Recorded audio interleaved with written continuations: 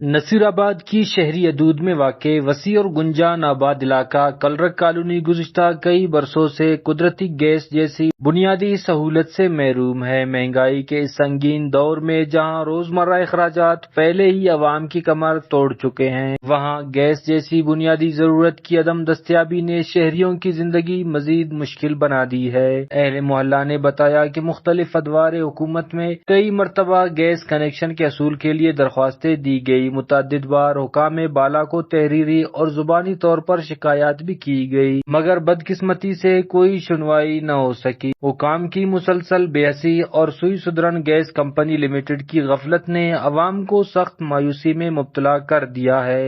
مزید اس حوالے سے شہریوں نے وش نیوز سے بات چیت کرتے ہوئے کہا: جی بالکل، یہاں پر جو ہے تقریباً اس کلر کالونی کو برسوں ہو گئے ہیں کہ یہاں یہ شہر کے بالکل ٹچ ہے اور شہر میں ہے، مگر افسوس کی بات ہے کہ یہاں پر گیس مہیا نہیں ہے۔ کئی بار جو یہاں کے لوگوں نے درخواستیں دی ہیں، کوشش کی ہے میڈیا کے تھرو اور دیگر ذرائع کے تھرو جو کوشش کی ہے، مگر گیس لمیٹڈ کو جو ہے جوں تک رنگ نہیں رہی۔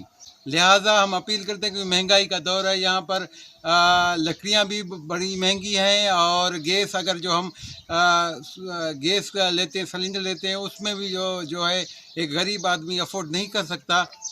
لہٰذا ہم وزیر اعلیٰ بلوچستان سے میر سرفراز بگٹی سے اپیل کرتے ہیں اور جو چیئرمین ہے گیس پرائیویٹ لمیٹڈ کا، اس سے اپیل کرتے ہیں کہ لہٰذا کلر کالونی میں گیس مہیا کیا جائے۔ جی یہاں پہ 10 ایئر ہو گئے، یہاں پر گیس نہیں ہے، یہاں پر سہولیات کچھ بھی نہیں ہے۔